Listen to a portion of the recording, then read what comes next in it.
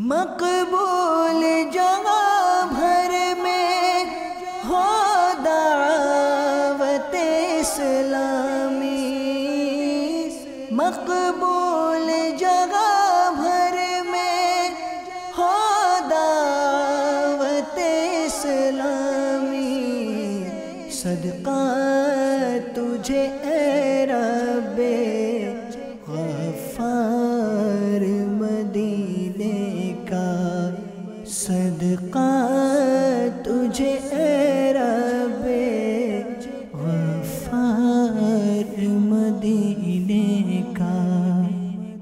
الحمدللہ رب العالمین والصلاة والسلام علی سید المرسلین، اما بعد فاعوذ باللہ من الشیطان الرجیم، بسم اللہ الرحمن الرحیم۔ الصلاة والسلام علیک یا رسول اللہ وعلی آلک واصحابک یا حبیب اللہ، الصلاة والسلام علیک یا نبی اللہ وعلی آلک واصحابک یا نور اللہ۔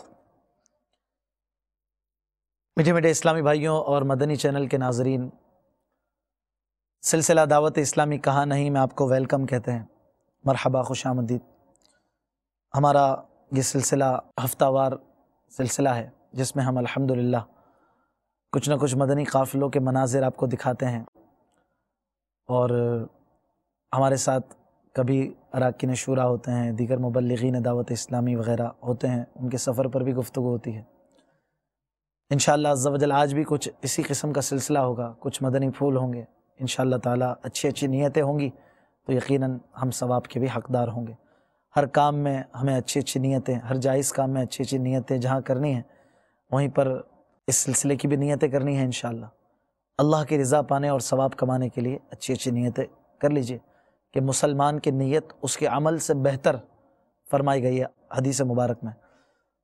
تو ہم نیت کرتے ہیں کہ انشاءاللہ اللہ کی رضا کے لیے اول تاخیر سلسلے میں شرکت کریں گے، علم دین سیکھیں گے، علم دین کی باتیں سن کر عمل کریں گے، دوسروں تک پہنچائیں گے۔ کچھ سمجھ نہ آیا تو کسی جاننے والے سے پوچھ لیں گے۔ دعوت اسلامی کی اپڈیٹ اس سلسلے میں ہوتی ہے کہ دعوت اسلامی کہاں تک پہنچ گئی، دعوت اسلامی کے مبلغین ماشاءاللہ وہاں بھی چلے گئے، دین کے کاموں کی دھومیں مچائی جا رہی ہیں، نیکی کی دعوت کی دھومیں مچائی جا رہی ہیں، سبحان اللہ۔ تو دعوت اسلامی کی محبت بھی دل میں آئے گی، اس محبت کو بھی بڑھائیں گے انشاءاللہ عز و جل۔ مزید یہ کہ انشاءاللہ تعالی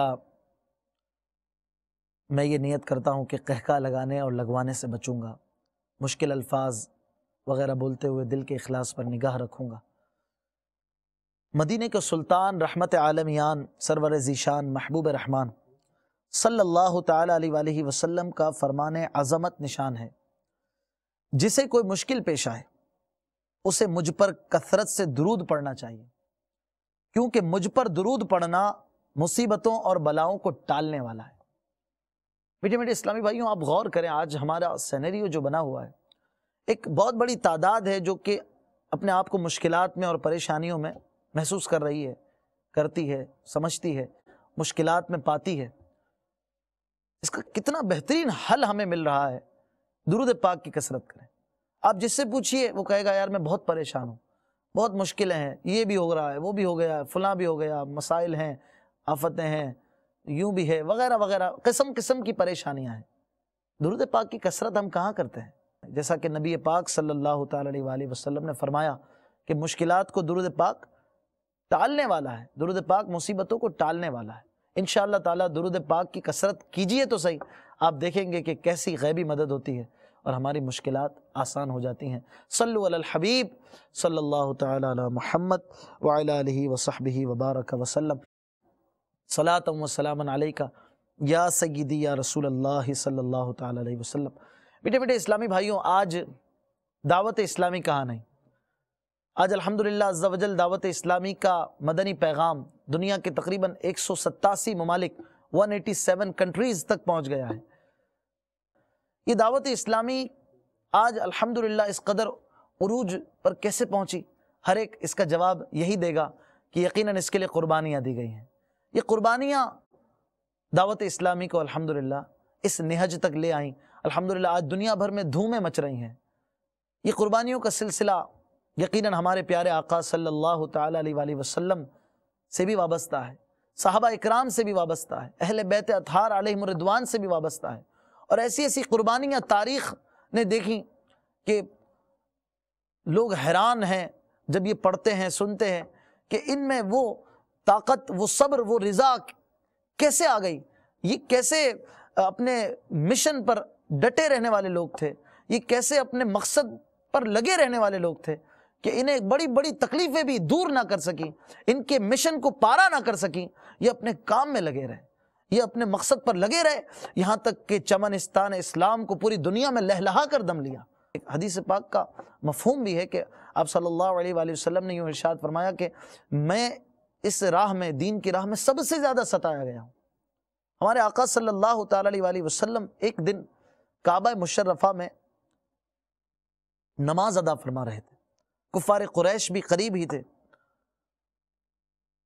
اچانک ابو جہل کو کیا سوجھی، ایک بھاری پتھر اٹھا کر دکھیا دلوں کے چین رحمت کونین صلی اللہ تعالی علیہ وآلہ وسلم کے سر مبارک کو سجدے کی حالت میں کچلنے کے ناپاک ارادے سے معاذ اللہ یہ آگے بڑھا، اور جو ہی نزدیک پہنچا تو ایک دم بوکھلا کر پیچھے کی طرف بھاگا۔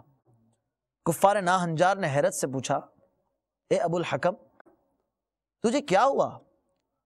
بولا، میں جو ہی قریب پہنچا میرے تو اوسان ہی خطا ہو گئے، میں نے دیکھا کہ ایک دہشت ناک سر اور خوفناک گردن والا بھیانک اونٹ منہ کھولے دانت کچکچاتا ہوا مجھے ہڑپ کرنے کے لیے آگے بڑھ رہا ہے۔ ایسا بھیانک اونٹ میں نے آج تک نہیں دیکھا۔ سرکار دو عالم صلی اللہ تعالی علیہ وآلہ وسلم نے ارشاد فرمایا، وہ جبرائیل تھے، اگر ابو جہل اور نزدیک آتا تو اسے پکڑ لیتے۔ نور خدا ہے کفر کی حرکت پہ خندہ زن، نور خدا ہے کفر کی حرکت پہ خندہ زن، پھونکوں سے یہ چراغ بجھایا نہ جائے گا۔ میٹھے میٹھے اسلامی بھائیوں، اللہ عز و جل کی شان بے نیازی بھی خوب ہے۔ کبھی اپنے محبوب مبلغ کو دشمنوں کے ذریعے مصائب و آلام میں مبتلا کر کے ان کے خوب خوب درجات بلند فرماتا ہے، تو کبھی مبلغ اعظم رحمت دو عالم صلی اللہ تعالی علیہ وآلہ وسلم کے دشمن کو وار کرنے سے قبل ہی خوف زدہ کر کے یہ باور کرا دیتا ہے کہ کہیں ہمارے محبوب صلی اللہ تعالی علیہ وآلہ وسلم کو اکیلا مت سمجھ بیٹھنا۔ میٹھے میٹھے اسلامی بھائیوں، ہمارے آقا صلی اللہ تعالی علیہ وآلہ وسلم کی یہ غیبی مدد بھی ہوئی، مگر آقا صلی اللہ تعالی علیہ وآلہ وسلم نے کئی پریشانیاں، کئی مشکلات جھیلیں، کئی تکلیفیں اٹھائیں، حالانکہ آپ چاہتے تو کیا نہیں کر سکتے تھے، مگر یہ ہمارے لیے درس ہے، یہ ہمارے لیے سبق ہے کہ آج چھوٹی چھوٹی مشکلات پر، چھوٹی چھوٹی پریشانیوں پر ہم نمازیں چھوڑ دیتے ہیں، ہم نماز فجر ترک کر دیتے ہیں، تھوڑی سی ٹھنڈ ہے تو وضو ترک کر دیتے ہیں، تھوڑی سی مشکلات آئیں تو مدنی قافلے میں سفر کی جو نیت تھی وہ چھوڑ دیتے ہیں، ہم مدنی کاموں کو چھوڑ دیتے ہیں، ہم قربانیوں کا جذبہ اپنے اندر بہت تھوڑا پاتے ہیں۔ اس کے لیے ہمیں اپنے اسلاف، ہمارے آقا صلی اللہ تعالی علیہ وآلہ وسلم کی زندگانی پر نظر رکھنی چاہیے، ان کی سیرت پاک پر نظر رکھنی چاہیے، اپنے اسلاف، شہداء کربلا، دیگر ہمارے بزرگان دین کی مبارک قربانیوں کے اسفار پر نظر رکھنی چاہیے کہ انہوں نے کیسے کیسے معاملات میں سفر کیا، اور آج یہ دین کا پیغام الحمدللہ ہم تک پہنچا ہوا ہے۔ الحمدللہ دعوت اسلامی کہاں نہیں سلسلے میں آپ کو کچھ مناظر بھی ہم دکھاتے ہیں۔ آج ہم انشاءاللہ عز و جل آپ کو جو مناظر دکھائیں گے وہ مبلغ دعوت اسلامی و نگران مرکزی مجلس شورا ابو حامد حاجی محمد عمران اتاری سلم الباری کے ایک سفر کے ہیں، اور یقیناً الحمدللہ عز و جل ایک تحریک کہ آپ نگران ہیں اور نگران شورا ہیں، مگر اس کے باوجود آپ بھی مدنی قافلوں میں سفر کرتے ہیں، حفاظتی امور کے معاملات ہوں یا دیگر ان کی ایکٹیویٹیز ہوں، مگر پھر بھی مدنی قافلے کو انہوں نے بھی ترک نہیں کیا۔ الحمدللہ یہ بھی مدنی قافلوں کا سفر جاری ہے۔ انشاءاللہ عز و جل آپ کو ہم ان کے مناظر، ان کے مدنی قافلے کے دکھائیں گے۔ آپ اسی طرح تشریف فرما رہے ہیں۔ بات ہمارے آقا صلی اللہ تعالی علیہ وآلہ وسلم کے قربانیوں کے سفر کی جاری تھی۔ کچھ مزید آپ کو میں میرے شیخ طریقت امیر اہل سنت کی مایا ناز تصنیف جو آپ کا رسالہ ہے بھیانک اونٹ، اس کے صفحہ نمبر 3 سے سناتا ہوں۔ ہمارے آقا مظلوم سرور معصوم صلی اللہ تعالی علیہ وآلہ وسلم پر کفار بد اتوار کے ظلم و ستم کا سبب صرف یہی تھا کہ اب آپ صلی اللہ تعالی علیہ وآلہ وسلم کھل کر لوگوں کو نیکی کی دعوت پیش کرنے لگے تھے، جبکہ ابتداءً سید المبلغین رحمت للعالمین صلی اللہ تعالی علیہ وآلہ وسلم نے 3 سال تک خفیتاً یعنی چھپ کر اسلام کی دعوت دی۔ پھر اللہ عز و جل کی جانب سے علی اعلان تبلیغ کا حکم ہوا۔ چنانچہ پارہ 19 سورۃ الشعراء آیت نمبر 214 میں ارشاد ربانی عز و جل ہے وَأَنذِرْ عَشِيرَتَكَ الْأَقْرَبِينَ، ترجمہ کنز الایمان، اور اے محبوب اپنے قریب تر رشتہ داروں کو ڈراؤ۔ اس حکم خداوندی پر ہمارے آقا قرشی مولا ہاشمی صلی اللہ تعالی علیہ وآلہ وسلم نے کوہ صفا پر جلوہ فگن ہو کر قبیلہ قریش کو پکارا۔ جب لوگ جمع ہو گئے تو ارشاد فرمایا بتاؤ اگر میں تم سے کہوں کہ وادی مکہ سے ایک لشکر حملہ آور ہونا چاہتا ہے تو کیا تم یقین کر لو گے؟ سب بیک زبان بول اٹھے کیوں نہیں، ہم نے تو ہمیشہ آپ صلی اللہ تعالی علیہ وآلہ وسلم کو سچ بولتے ہی دیکھا ہے۔ سبحان اللہ، مبلغ اعظم، رحمت دو عالم، نور مجسم، شاہ بنی آدم، نبی محتشم، شافع امم صلی اللہ تعالی علیہ وآلہ وسلم نے ارشاد فرمایا تو سن لو اگر تم مجھ پر ایمان نہیں لاؤ گے تو تم پر سخت عذاب نازل ہوگا۔ یہ سن کر ابو لہب بکواس کرنے لگ گیا اور لوگ ادھر ادھر منتشر ہو گئے، اب کی بات کو ویلیو نہ دی، اب کی بات کو نہ سنا، مگر آپ صلی اللہ علیہ وسلم مایوس نہ ہو۔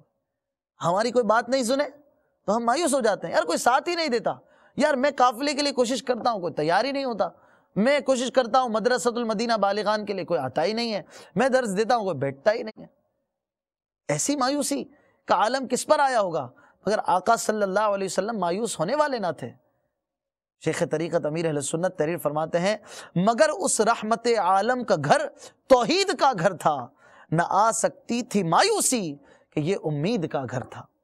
اسلام کے علی اعلان تبلیغ شروع ہوتے ہی ظلم و ستم کی جاں سوز آندھیاں چل پڑی۔ نبیوں کے سرور، دو جہاں کے تاجور، محبوب رب اکبر صلی اللہ تعالی علیہ وآلہ وسلم کے جسم منور پر کفار بدگوہر کبھی کوڑا کرکٹ اچھالتے تو کبھی دروازہ رحمت پر جانوروں کا خون ڈالتے، کبھی راستوں میں کانٹے وغیرہ بچھاتے تو کبھی بدن انور پر پتھر برساتے۔ ایک بار تو ان میں سے ایک بے رحم نے سجدے کی حالت میں گردن شریف کو نہایت شدت سے دبایا، قریب تھا کہ مبارک آنکھیں باہر تشریف لے آتی۔ کبھی ایسا بھی ہوا کہ سجدے کی حالت میں پشت اتھر یعنی مبارک پیٹھ پر بچہ دان یعنی وہ کھال جس میں اونٹنی کا بچہ لپٹا ہوتا ہے وہ رکھ دیا۔ علاوہ ازیں کفار جفاکار آپ صلی اللہ تعالی علیہ وآلہ وسلم کی شان عظمت نشان میں گستاخانہ جملے بکتے، آپ صلی اللہ تعالی علیہ وآلہ وسلم کو معاذ اللہ جادوگر اور کاہن بھی کہتے۔ اب غور کیجئے نا کہ ایک تو فزیکلی ٹارچر بھی ہو رہا ہے اور اس قسم کی برے حرکتیں بھی کر رہے ہیں اور پھر مینٹلی ٹارچر بھی کر رہے ہیں، باتیں سنا رہے ہیں، جادوگر کہہ رہے ہیں، کہانیاں سنانے والا کہہ رہے ہیں، شاعر کہہ رہے ہیں، اور معاذ اللہ اس طرح فزیکلی مینٹلی ہر قسم کا ٹارچر کفار کرتے۔ مگر ہمارے آقا صلی اللہ علیہ وآلہ وسلم سے بڑھ کر حلم و بردباری، صبر اور شکر کا پیکر کون ہو سکتا تھا؟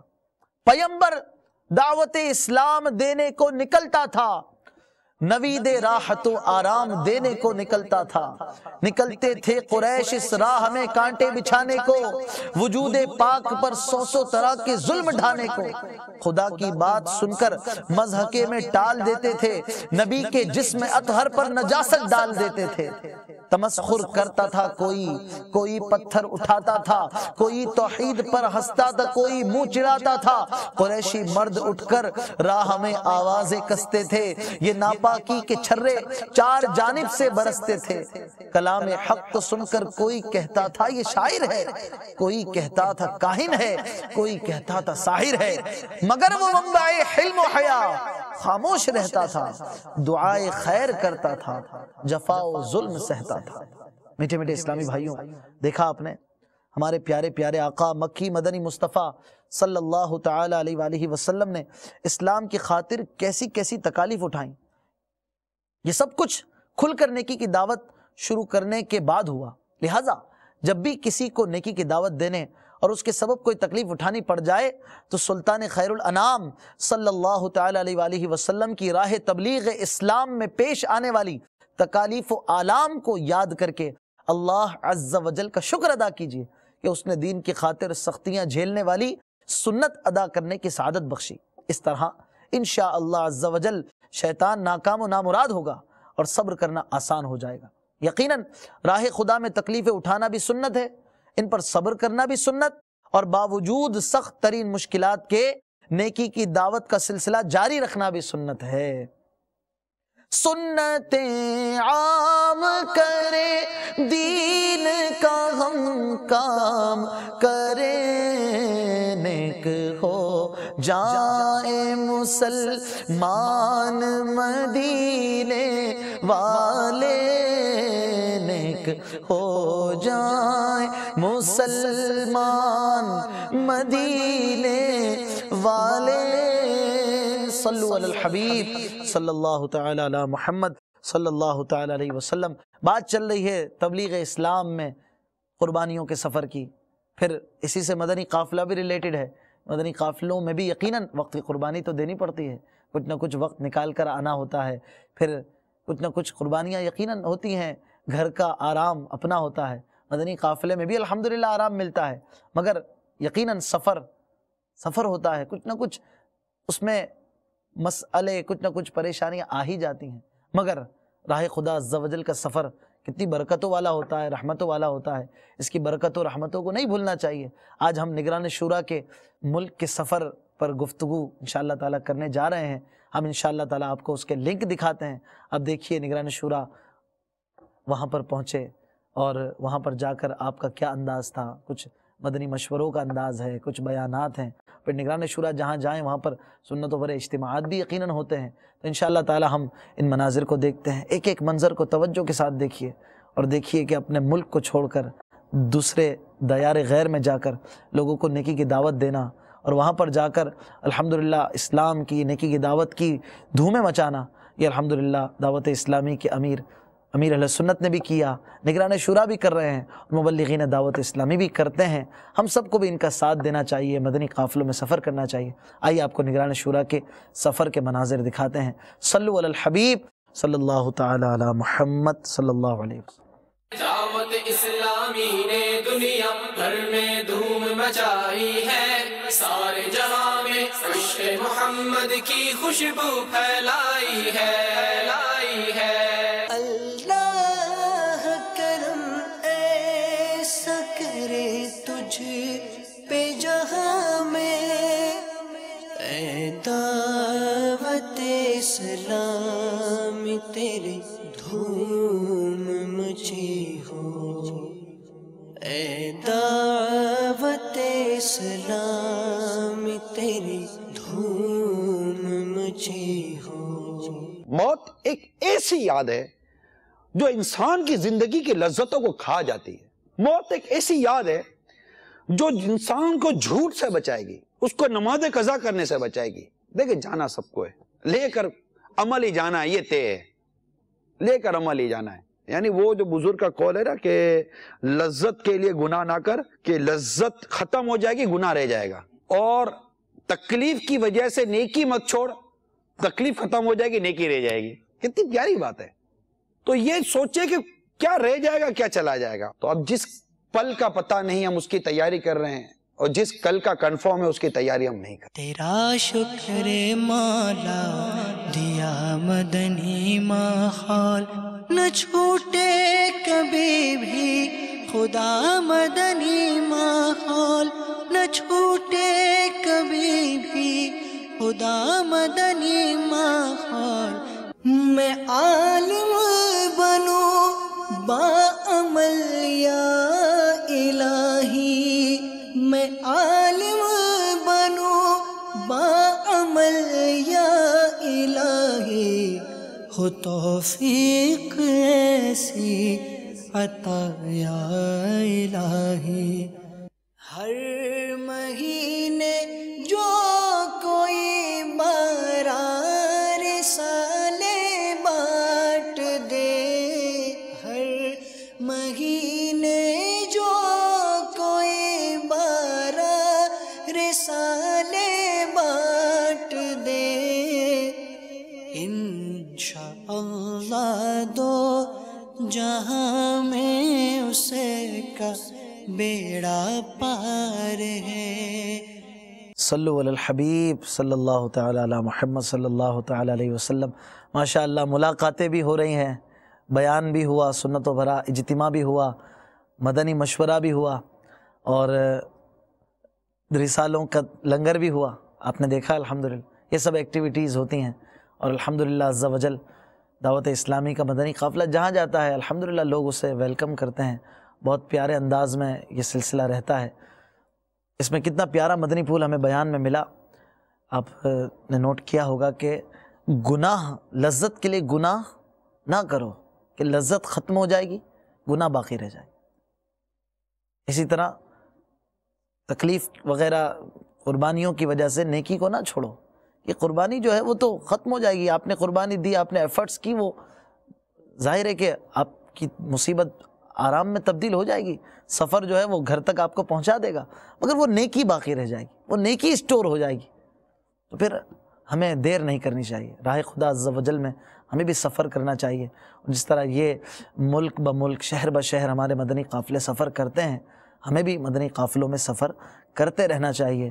ہمارے آقا صلی اللہ تعالی علیہ وسلم کے قربانیوں کے سفر پر بھی ہم کچھ گفتگو کر رہے ہیں۔ شیخ طریقت امیر اہل سنت کا مبارک رسالہ بھیانک اونٹ، صفحہ نمبر 6 پر آپ مزید تحریر فرماتے ہیں، اعلان نبوت کے 7ویں سال جب کفار قریش نے دیکھا کہ ان کے بے پناہ ظلم و ستم کے باوجود مسلمانوں کی تعداد بڑھتی چلی جا رہی ہے، اور حضرت حمزہ و عمر رضی اللہ تعالیٰ عنہما جیسے حضرات بھی ایمان لا چکے ہیں، تو انہوں نے بالاتفاق یہ فیصلہ کیا کہ ہمارے آقا صلی اللہ تعالیٰ علیہ وسلم کو معاذ اللہ علی الاعلان شہید کر دیا جائے، معاذ اللہ۔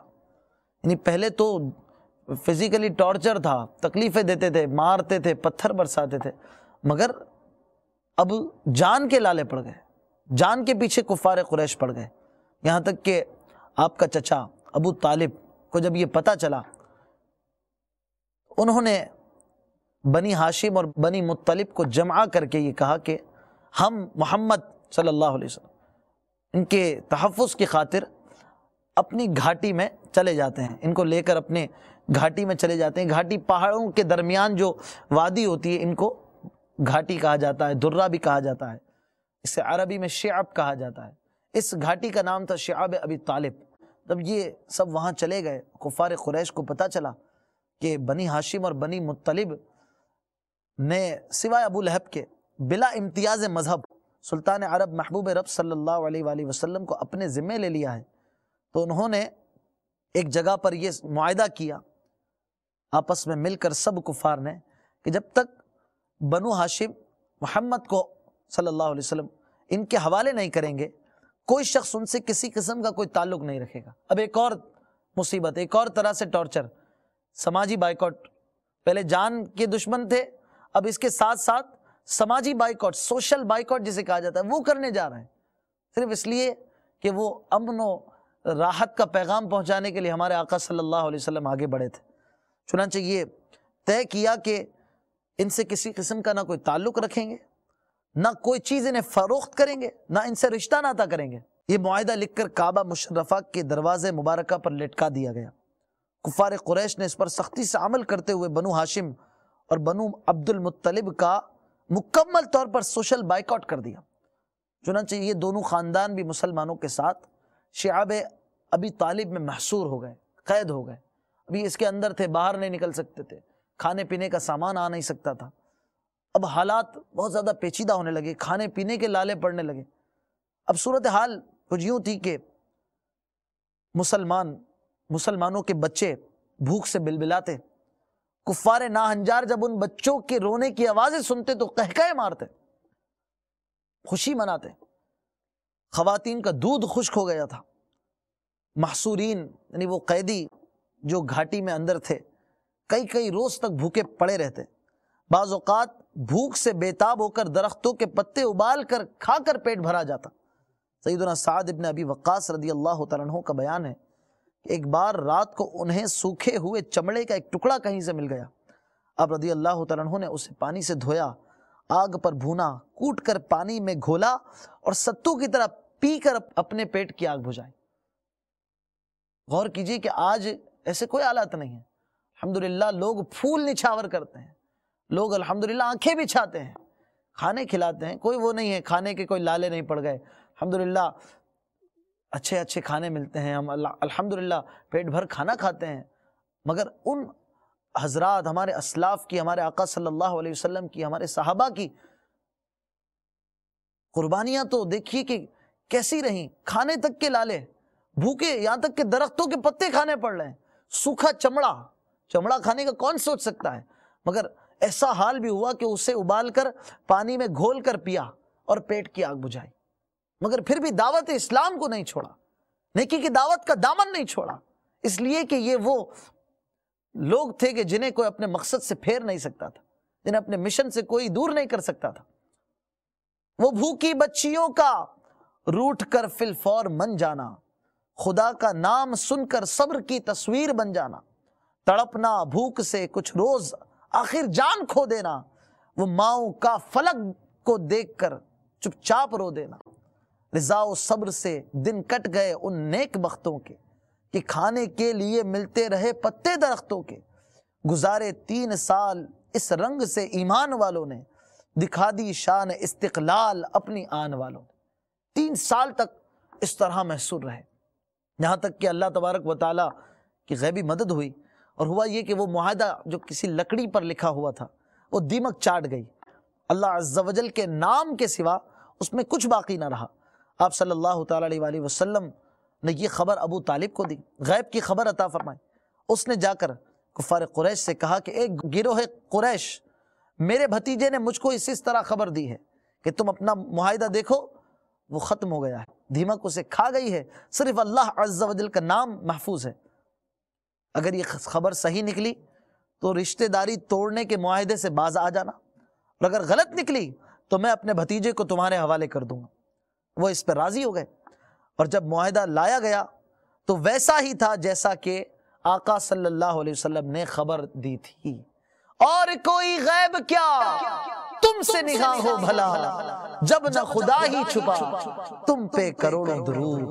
میٹھے میٹھے اسلامی بھائیوں، دیکھیں کیسی کیسی قربانیاں دے کر یہ شجر اسلام آج لہلہا رہا ہے. الحمدللہ دنیا کے چپے چپے میں مسلمان ہیں، دعوت اسلام ہے. الحمدللہ یہ سب قربانیوں کے نتیجے میں ہے. الحمدللہ دعوت اسلامی مزید اسی سلسلے کو جاری رکھے ہوئے ہے، اور الحمدللہ دین کا مدنی کام جاری ہے. دعوت اسلامی کا مدنی پیغام آگے سے آگے بڑھتا چلا جا رہا ہے، اور ہم نگران شورا کے خلیجی ملک کے سفر کو بھی اس سلسلے میں دیکھ رہے ہیں. آئیے مزید کچھ نگران شورا کے سفر کے مناظر اور ان کی ایکٹیویٹیز کو آپ کی بارگاہ میں پیش کرتے ہیں. انشاءاللہ مزید اس موضوع کے ساتھ ہم اپنے سلسلے کو آگے بڑھائیں گے. صلو علی الحبیب صلی اللہ تعالی علی محمد صلی اللہ علیہ وسلم.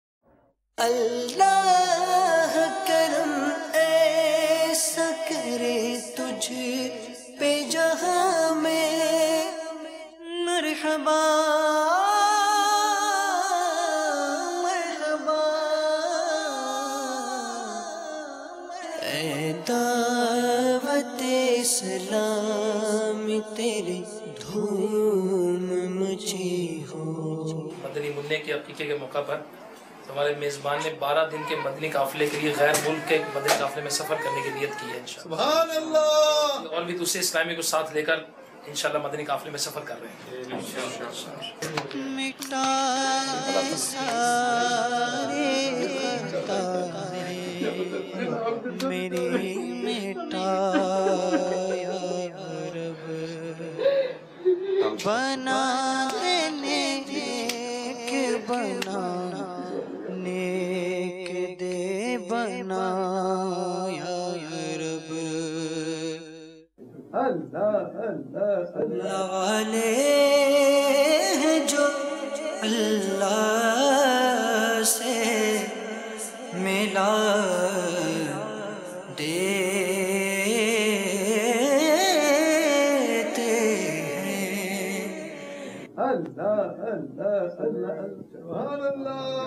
یقین مقدر کا وہ ہے سکندر، یقیناً مقدر کا وہ ہے سکندر، جسے خیر سے مل گیا مدنی ماحول، خدا کے کرم سے بنا مدنی ماحول۔ مرحبا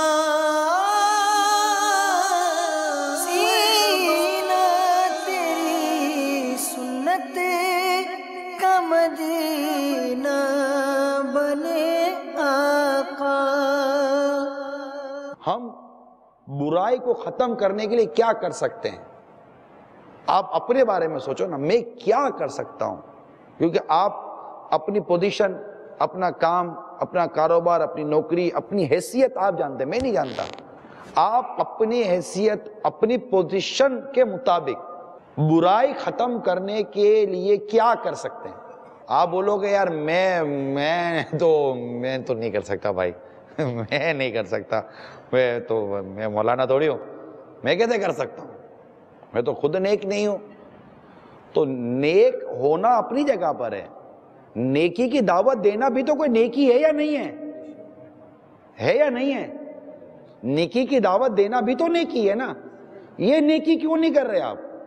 جو نیکی کی دعوت کی دھومیں مچائے، جو نیکی کی دعوت کی دھومیں مچائے، میں دیتا ہوں اس کو دعائے مدینہ، میں دیتا ہوں اس کو دعائے مدینہ۔ صلو علی الحبیب صلی اللہ تعالی علی محمد صلی اللہ تعالی علیہ وآلہ وسلم۔ برائی کو مٹانے کے لیے آپ کیا کر سکتے ہیں؟ دیکھیں نگران شورا نے بھی خلیج ملک جو بیان فرمایا، ہم نے آپ کو اس کے مناظر دکھائے مدنی قافلے کے، کہ برائی کو مٹانے کے لیے آپ کیا کر سکتے ہیں، ہم کیا کر سکتے ہیں؟ ہم نے غور کیا کبھی ہم کیا قربانی دے سکتے ہیں؟ ہم نے اپنے گرد و پیش کو سنوارنے کے لیے ہی کچھ نہیں کیا، ہم اپنے گھر کو سنوارنے کے لیے کچھ نہیں کرتے، ہم اپنے محلے کو سنوارنے کے لیے کچھ نہیں کرتے۔ ہمارا انداز ہمارے سامنے ہے، اور پھر اس میں قسم قسم کے ہیلے بہانے ہم تراشتے ہیں۔ ایسا نہیں ہونا چاہیے۔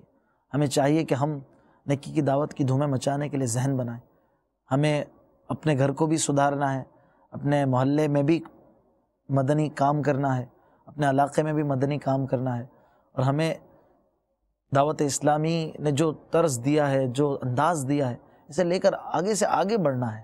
یہ دعوت اسلامی کا پیغام الحمدللہ کتنا مثبت ہے، کتنا پازیٹیو ہے، اس کی کوئی مثال دینے کی حاجت ہی نہیں ہے۔ الحمدللہ دنیا بھر میں لوگ دیکھ رہے ہیں کہ دعوت اسلامی کا، امیر علیہ سنت کا جو انداز ہے، اس انداز پر الحمدللہ آج لاکھوں مسلمانوں کی تقدیر بدل گئی۔ لاکھوں مسلمان جو ہیں وہ نیکی کی دعوت کے قریب آ گئے، انہوں نے داڑیاں سجا لیں، امامیں سجا لی، اور ہزاروں مسلمان ماشاءاللہ آج سبز اماموں کو تاج سجائے نظر آتے ہیں، لاکھوں نمازی بن گئے۔ الحمدللہ عز و جل عقیدے کی اصلاح ہوئی، اعمال کی اصلاح ہوئی۔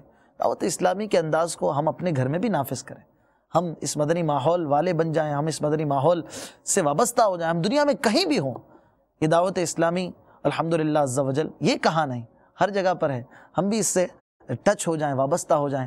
ہمارے آقا صلی اللہ تعالیٰ علیہ وآلہ وسلم کی قربانیوں کے سفر کے حوالے سے مزید کچھ مدنی پھول آپ کی بارگاہ میں امیر علیہ سنت کے مبارک رسالے بھیانک اونٹ کے صفحہ نمبر 10 سے میں پیش کرتا ہوں کہ آقا صلی اللہ تعالیٰ علیہ وآلہ وسلم تبلیغ اسلام فرماتے رہے، مگر آپ کی نیکی کی دعوت پر تھوڑے لوگوں نے لبیک کہا، اور بہت کم لوگ تھے جنہوں نے نیکی کی دعوت قبول کی، اور کفار کی مخالفت جو تھی وہ روز بروز ان کا زور بڑھتا جاتا تھا۔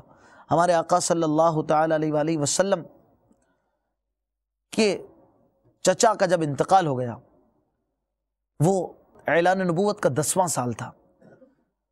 ابو طالب کے انتقال کے بعد آپ صلی اللہ تعالیٰ علیہ وآلہ وسلم پر ظلم و ستم کرنے والوں کے حوصلے یکدم بلند ہو گئے، کیونکہ اب وہ جو ایک سہارا تھا وہ بھی ختم ہو گیا، اور اب ان کی طرف سے ظلم و ستم کی آندھیوں نے خوب زور پکڑ لیا۔ چنانچہ رحمت للعالمین صلی اللہ تعالیٰ علیہ وآلہ وسلم نے شہر طائف جانے کا قصد یعنی ارادہ فرمایا، تاکہ وہاں جا کر لوگوں کو اسلام کی دعوت عنایت فرمائے۔ طائف پہنچ کر بانی اسلام شہنشاہ خیر الانام محبوب رب السلام صلی اللہ تعالیٰ علیہ وآلہ وسلم نے پہلے پہل بنو ثقیف کے 3 سرداروں کو اسلام کا پیغام پہنچایا۔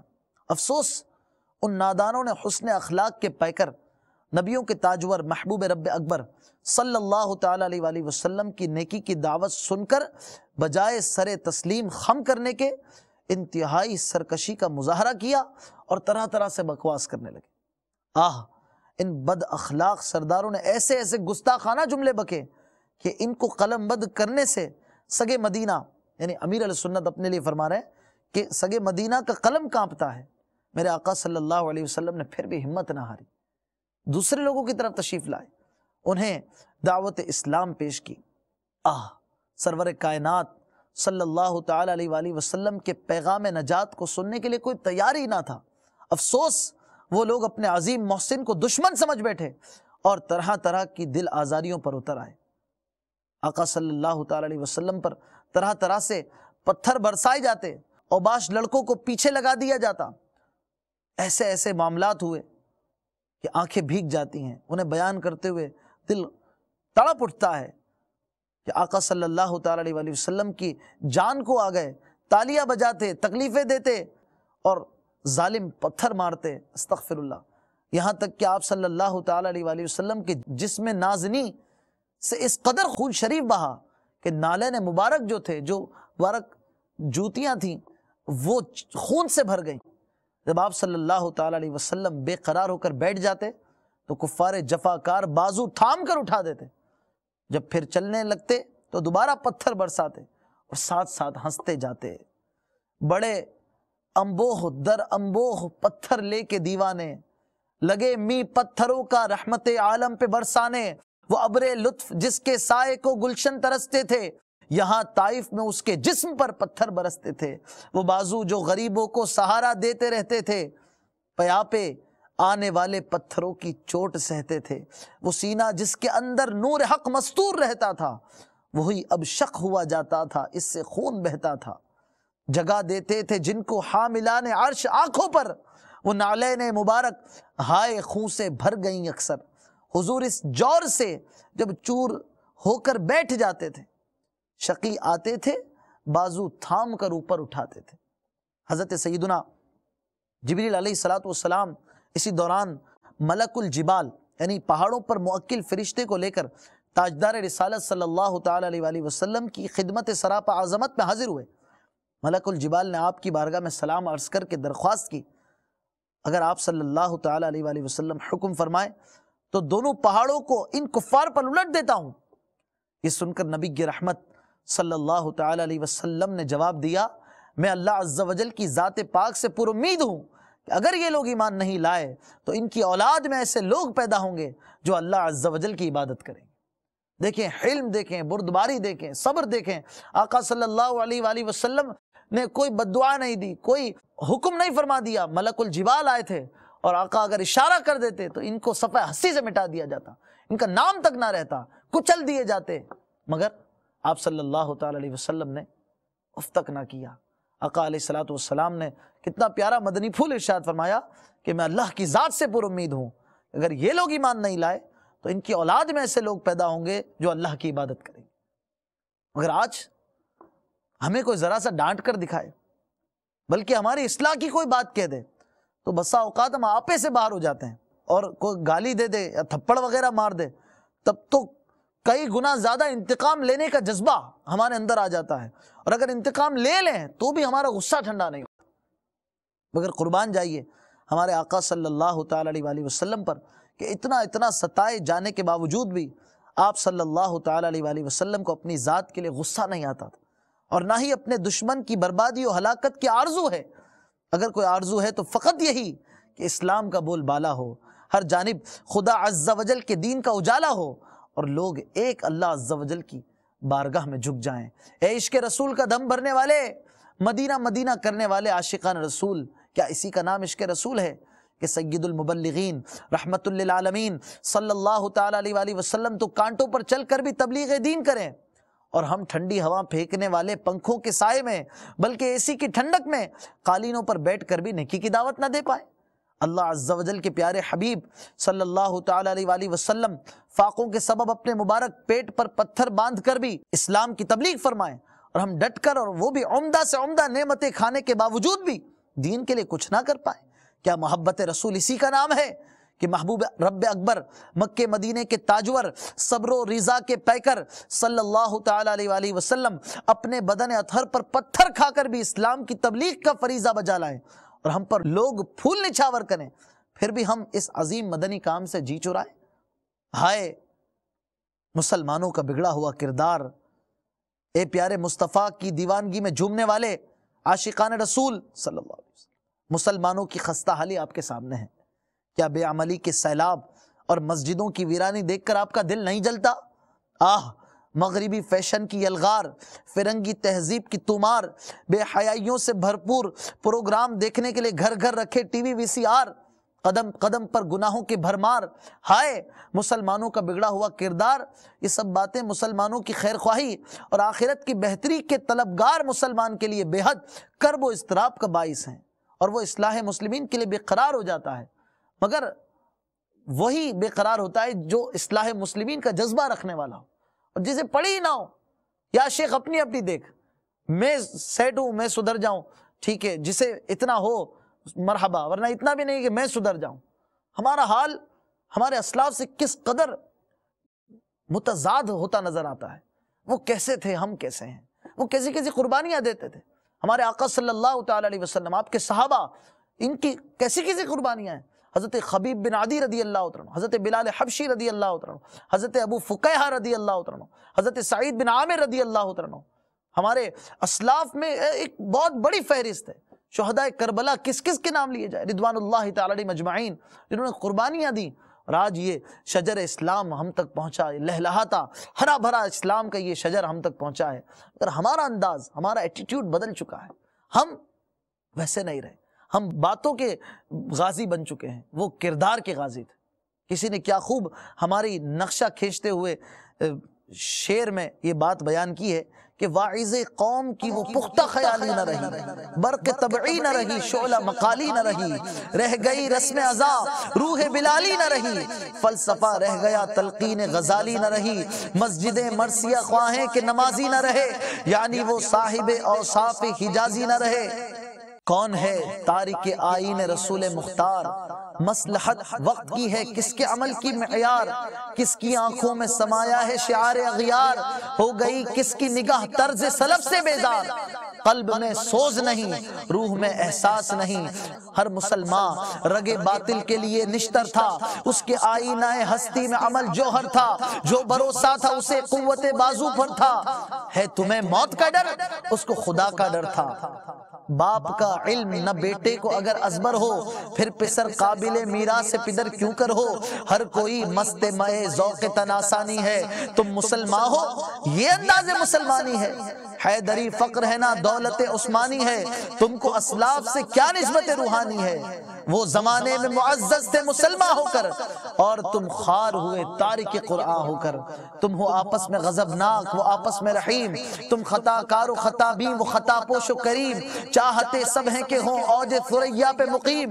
پہلے ویسا کوئی پیدا تو کرے قلب سلیم، خودکشی شیوا تمہارا وہ غیور و خوددار، تم اخوت سے گریزاں وہ اخوت پہ نثار، تم ہو گفتار سراپا وہ سراپا کردار، تم ترستے ہو کلی کو وہ گلستہ بکنار، اب تلک یاد ہے قوموں کو حکایت ان کی، نقش ہے صفحہ ہستی پہ صداقت ان کی، قوت عشق سے ہر پست کو بالا کر دے، دہر میں اسم محمد سے اجالا کر دے، درس قرآن اگر ہم نے بھلایا ہوتا، یہ زمانہ نہ زمانے نے دکھایا ہوتا۔ میٹھے میٹھے اسلامی بھائیوں، آج مسلمانوں کی بے عملی، ان کی اسلام سے دوری، یہ سب ہمیں کس طرف لے کے جا رہی ہے یہ بھی ہم دیکھ رہے ہیں، ہم تنزلی کے عمیق سے عمیق گڑھے کی طرف گرتے چلے جا رہے ہیں۔ آ جائیے دعوت اسلامی کے مدنی ماحول میں آ جائیے، مدنی قافلوں میں سفر کیجئے، مدنی انعامات کے عامل بن جائیے، اپنے اسلاف کے طرز زندگی پر اپنی زندگی کو ڈھال لیجئے، انشاءاللہ جیسے امیر علیہ سنت چاہتے ہیں، جیسے امیر علیہ سنت سکھاتے ہیں، جیسے اعلیٰ حضرت نے ہمیں بتایا، جیسے غوث پاک رضی اللہ عنہ کی سیرت مبارکہ میں ہم پڑھتے ہیں، جیسے صحابہ اکرام تھے، جیسے ہمارے آقا صلی اللہ علیہ وآلہ وسلم نے مبارک زندگی گزاری، ہم ایسے ہونے کی کوشش تو کریں، ہم سنتوں پر عمل کی کوشش تو کریں، ہم قربانیوں کا ذہن تو بنائیں، ہم مدنی قافلوں میں نکلنے کے لیے تیار تو ہوں۔ دیکھیں کیسی غیبی مددیں ہوتی ہیں، کیسے مسائل آسان ہوتے ہیں، کیسے پھر سے مسلمانوں کا احسن دور ہمیں نظر آتا ہے۔ میٹھے میٹھے اسلامی بھائیوں، ہم مدنی قافلوں پر بھی گفتگو کرتے ہیں، کچھ قربانی کا بھی موضوع آج ہم نے سنا، نبی پاک صلی اللہ علیہ وسلم کی قربانیوں کے سفر کو بھی ہم نے سنا، اور ساتھ ہی ساتھ ہمارے مرکزی مجلس شورا کے نگران حاجی عمران اتاری سلمہ الباری کے سفر کی کچھ کلپس بھی ہم ساتھ ساتھ دیکھ رہے ہیں۔ خلیجی ملک کا سفر ہے، آئیے ایک اور کلپ آپ کو ہم دکھاتے ہیں جس میں انہوں نے مدنی کاموں کی کیا ایکٹیویٹیز کی، مدنی مشوروں کا سلسلہ ہوا انشاءاللہ تعالی، وہ بھی دیکھیں، توجہ کے ساتھ دیکھیں، کیا مدنی پھول وہ عطا فرماتے ہیں وہ بھی چنیں انشاءاللہ تعالی۔ پھر مزید سلسلے کو جاری رکھتے ہیں۔ صلو علی الحبیب صلی اللہ تعالی علی محمد صلی اللہ علیہ وسلم۔ لوٹنے رحمتیں قافلے میں چلو، سیکھنے سنتیں قافلے میں چلو، ہوگی حل مشکلیں قافلے میں چلو، ختم ہو شامتیں قافلے میں چلو۔ محمد سید الکونین والثقلین، محمد سید الکونین والثقلین والفریقین من عرب ومن عجم، مولاي صل وسلم دائما أبدا على حبيبك خير الخلق كلهم، مولاي صل وسلم دائما أبدا على حبيبك خير الخلق كلهم۔ ہے تجھ سے دعا رب اکبر، مقبول ہو فیضان سنت، ہر مسجد ہر گھر میں پڑھ کر اسلامی بھائی سناتا رہے، ہر طرف نیکی کی دعوت عام ہو، نیک ہو امت اے نانا اے حسین، اللہ کرم ایسا کرے تجھ پہ جہاں میں، اللہ کرم ایسا کرے تجھ پہ جہاں میں، اے دعوت اسلام تیری دھوم مچی ہو، اہل سنت کا ہے بیڑا پار، اصحاب حضور نجم ہے اور ناؤ ہے، عطرت رسول اللہ کی۔ صلو علی الحبیب صلی اللہ تعالی علی محمد صلی اللہ تعالی علیہ وآلہ وسلم۔ ماشاءاللہ آپ نے دیکھا نگران شورا کے سفر کے چند مناظر، مدنی مشوروں کا سلسلہ، مدنی قافلے کی روانگی، کچھ بیانات وغیرہ کا بھی سلسلہ ہوا، ملاقاتوں کا بھی سلسلہ ہوا۔ پھر آپ نے ایک اہم بات دیکھی ہوگی کہ وضو اور نماز کا عملی طریقہ آپ سکھا رہے تھے۔ نہیں، وضو اور نماز یہ کتنی اہم چیزیں ہیں، ہمارے مسلمانوں کی اکثریت اس سے نابلد ہے۔ الحمدللہ مدنی قافلوں میں فرائض علوم میں سے یہ بھی سکھایا جاتا ہے۔ اس کے لیے مدنی قافلوں میں ہمیں سفر کرنا ہوگا، نہ صرف دوسروں کی اصلاح کے لیے، اپنی اصلاح سب سے پہلے پیش نظر ہمیں رکھنی ہوگی۔ اس کے لیے دعوت اسلامی کے مدنی قافلوں میں سفر کرتے رہیے۔ الحمدللہ مدنی قافلوں کا سفر ہی وہ ہے کہ جس سے آج دعوت اسلامی دنیا کے تقریباً 187 ممالک میں پہنچ چکی ہے۔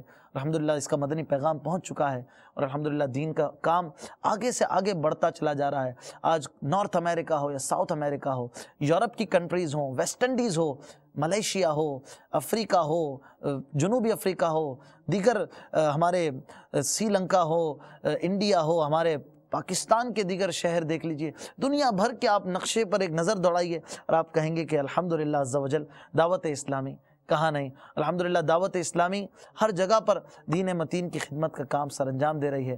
ضرورت اس امر کی ہے کہ ہم بھی اس کے ساتھ آ جائیں، ہم بھی دعوت اسلامی کے مدنی ماحول سے وابستہ ہو جائیں، ہم بھی ہر ماہ 3 دن مدنی قافلے میں سفر کا ذہن بنا لیں، 12 ماہ میں 30 دن مدنی قافلے کے جدول کو اپنا لیں، اور زندگی بھر میں کم از کم ایک بار 12 ماہ کے مدنی قافلے کی بھی نیت کو ہم کر ہی لیں۔ انشاءاللہ تعالیٰ اس کی برکتیں ہم ضرور پائیں گے۔